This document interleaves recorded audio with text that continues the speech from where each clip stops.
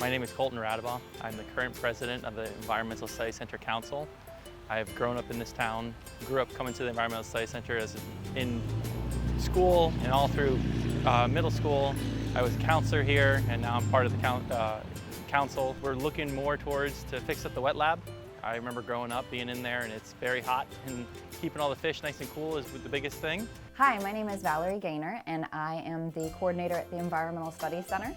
I'm super excited about this project that we're putting up for the Impact100 grant. The idea behind the project is that we want to recreate our wet lab and make it a little bit more modern, but still with our old-fashioned flair of the Environmental Studies Center. So when they walk into the wet lab, they are immersed in our program. They truly understand how the animals are interacting with each other. So in different environments, so if we are in the grass flat tank, there are certain organisms that live there. If you're in the mangrove tank, there's certain organisms that live there. So that they get to see that compartmentalization, but then also they're excited about touching and seeing, because most of the kids that we see in Martin County may not have a chance to dive underneath the water. So we bring that up to them. The wet lab is something I always get to see every single year. And it's something I actually always want to see every year. The wet lab is definitely something I enjoy going to out of all of them, just because you get to touch stuff and things like that, and otherwise you're really just looking around. But in the wet lab you get to touch them and see them and really get to be with the animals. So. Hi, I'm Charlie Carr, one of the teachers here at the Environmental Studies Center, one of the 4 teachers, and plus our director Valerie Gaynor and our boat captain. But I've been here, this is my 16th year at the Environmental Center. A saltwater environment is great for these kids to come and experience it, but a saltwater environment can be a very harsh environment for equipment.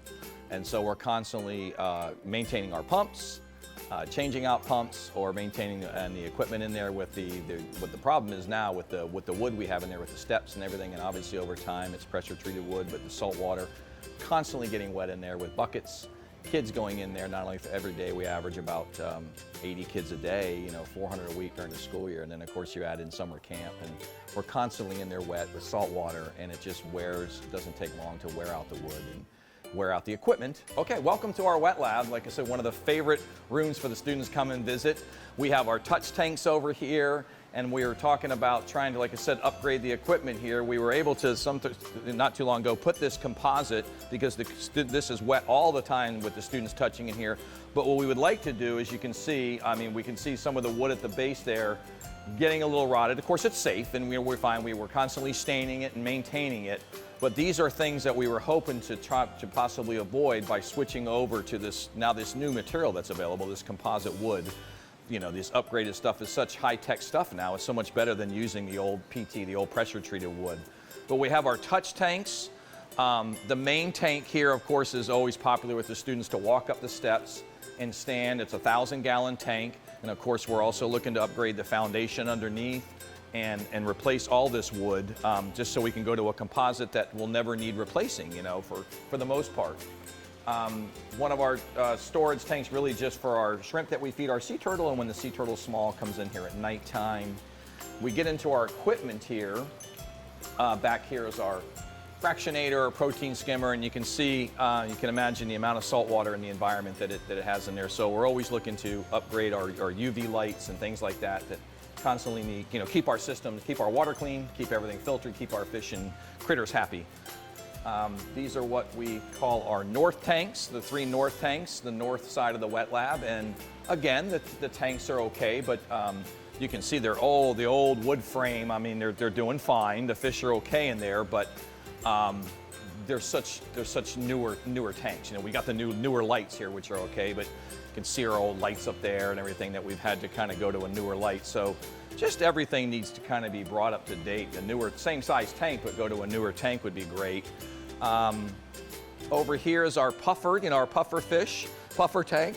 Again, hoping to replace the base of this with all composite. The kids like to stand around here, and we got the smaller children. We like to be able to get them up and look at our puffer fish when they're here.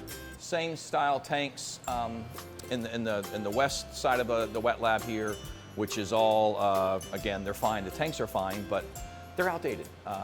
They're outdated. And then as for the actual room, We love the old look here. I don't want to change that, the look of the rafters and the old underneath the roof there, the old ceiling.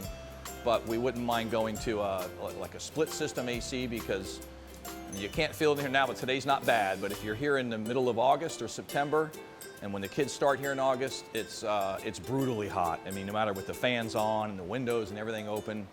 And that's just, it's not only the children, but it's mainly the heat that the water gets to in here, and then the salt water in here that evaporates in here, that we're constantly having to replace because of the heat, you know, the constant evaporation. So if we could keep it a little cooler just half the year would be fantastic. So our number one concern is always the animals, and then of course the safety of the students here. And you know, if we can have it, we know it's a safe environment where the equipment's good and it's safe for our animals, then makes our job easier, makes the kids happier. So that's our number one goal.